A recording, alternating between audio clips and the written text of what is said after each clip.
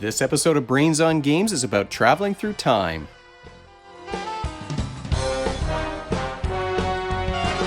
Welcome to Brains on Games. I'm Dr. Brian McDonald, and this episode we are going to talk about a time traveling game where players are traveling through historical events to try to earn victory points by having good experiences.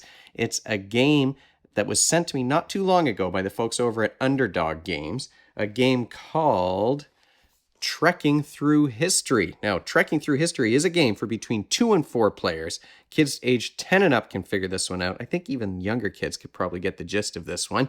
And games play in half an hour to an hour. Let's take a deeper look at Trekking Through History. Trekking Through History is a light game where you're trying to earn victory points by traveling to different events, having these treks that are as long as possible. Longer treks will earn you more points, and by having experiences that fill in your itinerary. I've left things in the box here except for the board itself because I didn't want to unroll everything as I'm filming the video, but I did want to give you an opportunity to see what's in here. You've got a cheat sheet that tells you about the dates that are on the cards in the game, of course, the instructions. You've got your stopwatch that keeps track of time each day as you travel through history. And then you've got these great organizers. This is a fantastic, you can see my silica gel down here maybe too, but this organizer is great. Some of the cards might be mixed around a little bit, but you've got this big stack of itineraries and you've got organizers for all of the components in the game, and even have little spaces here for your fingers to get underneath to make it easier to pull them out. Then you've got your other game pieces underneath that organizer. In Trekking Through History, you are traveling to these different time periods to experience these events, and you're drafting cards from this row of destinations that you can travel to.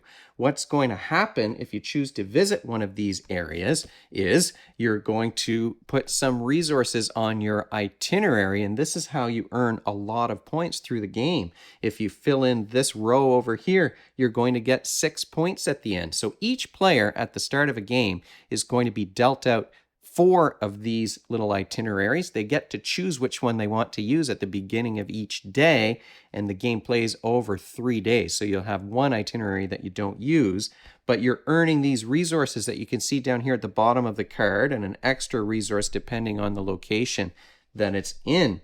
You might choose to just visit your ancestors, and this is kind of a wild card that can go anywhere at all in your trek, so that you can have a longer trek without messing things up and starting a new one. So what you're doing here is you're taking these cards and you're putting them in columns in front of you based on the date. You're trying to go to these things in chronological order. If you get stuck, if you've taken this 1905 one and there's nothing that's after 1905, then you have to start a new trek. So you're going to have these cards that are lined up like this in front of you. The longer those treks are, the more cards you can get in chronological order before starting a new column, the more points you're going to get. I'm not sure if you can see this on this nice neoprene board, but you've got a little cheat sheet here to tell you how many victory points you're going to get based on the cards in each of your treks in the game. If you manage to get 10 cards, that's going to be 30 points at the end, which is huge. So there are 3 decks in the game. Each deck represents a day. So you'll start with the day 1 deck. I pulled out the day 2 deck because this is my favorite. This deck has my favorite card in it, which has a picture of Freddie Mercury on it, where you get to go to 1985 and rock out at Live Aid. I remember watching this concert on TV, and I was always a Queen fan from when I was little, so it was quite a thrill for me to pull out this deck and see a picture of Freddie Mercury on one of the cards. The artwork is fantastic in this game, but it's not just the artwork that's interesting, because this is a Trekking Through History game. You also get on the back of each card as you take it some information about the historical event that you are visiting. So you've got a little vignette of the picture on the front of the card, but more information about that event. So you might, as you're collecting these cards and putting them into your tricks, you might be reading the back. Certainly, that's what we tried to do when we played the game. You're reading the back. You're learning something new, maybe about that time in history or that location in history, and then you're putting that in your trek. You might also be learning the dates that things occurred, like the fact that Live Aid was in 1985. So if I do take this card, which is to hunt with the real Amazonian women, I'm going to put these resources onto my itinerary in the hopes that eventually I'm going to be able to earn some of those victory points. Say the 6 victory points here, or all the way down here at the bottom. I could get 10 if I make it all the way down to that row.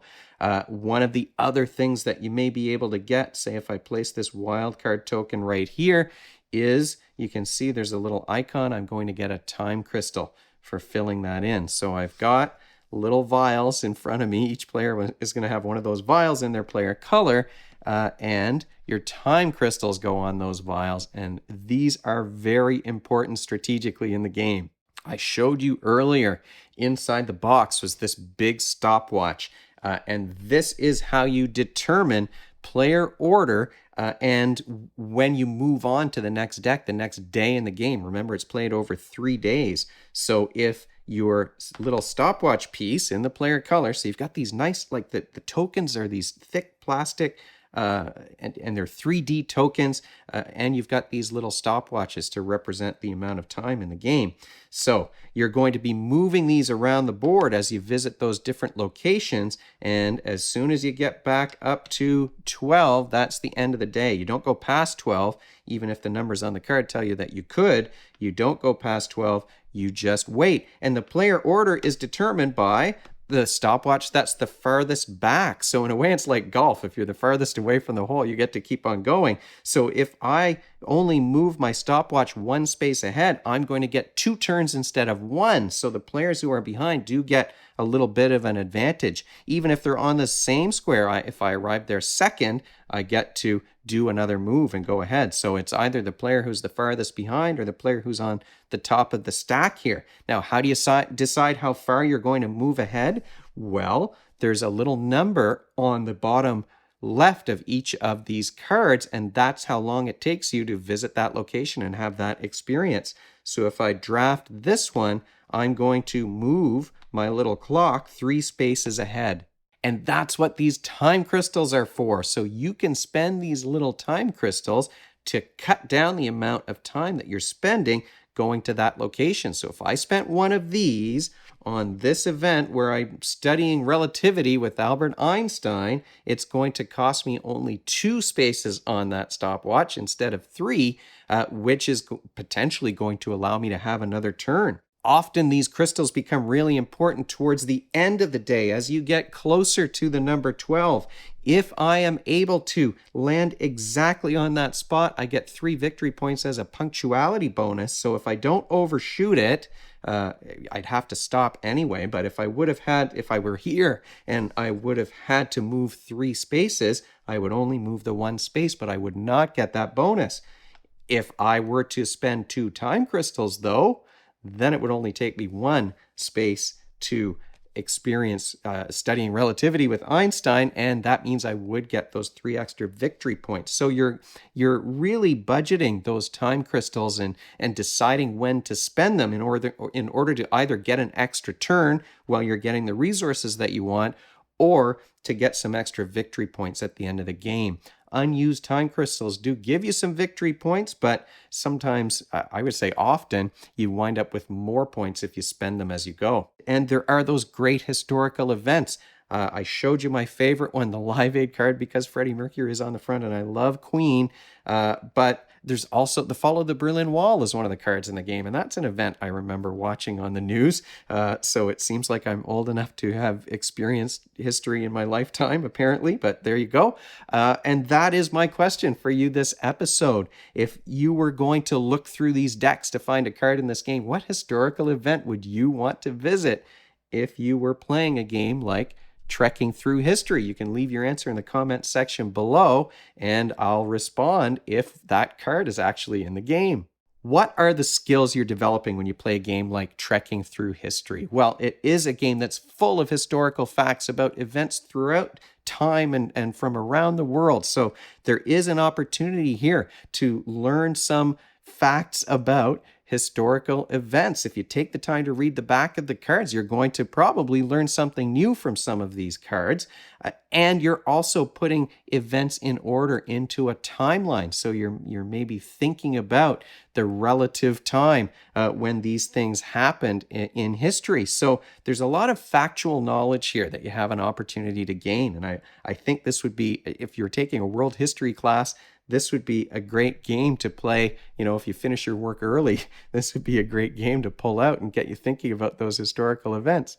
It's also a game where you are planning ahead and budgeting those actions and trying to make sure that you get the resources that you want to fill up your itinerary. And whenever you're planning and budgeting, whenever you're trying to be efficient in your turns so that you get as many turns as possible, or you get to go before the next player so you can draft the cards you want, those are all examples of executive functioning skills. Executive functions are the skills and behaviors you need to work towards a future goal, and this game does call for those skills. It's not too advanced, though. It is a light game that can be played with younger kids, so it's a good opportunity to practice those skills while at the same time presenting some historical facts and information with cards with artwork that's appealing enough that you might want to flip it over and learn more. Final thoughts about trekking through history. Well, this is a game that I think takes that concept of these excursions like the other trekking games and really, it really iterates on those. This is my favorite of the trekking games that I've played. You've got such a diversity of events and things that happen around the world, and the components are incredible. I much prefer, now I did play Trekking the World and I enjoyed it, but I much prefer the drafting mechanism here where you're collecting sets for your itinerary rather than waiting to collect sets of cards so that you can go on those journeys that like you did in Trekking the World. So I think that this one, you've got those amazing components. You've got a fantastic organizer. You're collecting sets in chronological order, but really you're more focused on drafting than set collection in this game, which I really like. I love the artwork. I love the variety of events. I love these little chips that you put on your itinerary. We loved filling in that itinerary to earn as many points as possible. And you're thinking about, well, which event do I want to start a new trek before the end of the day so that I can get that resource and get those bonus victory points? Is that the thing that's going to allow me to win this game?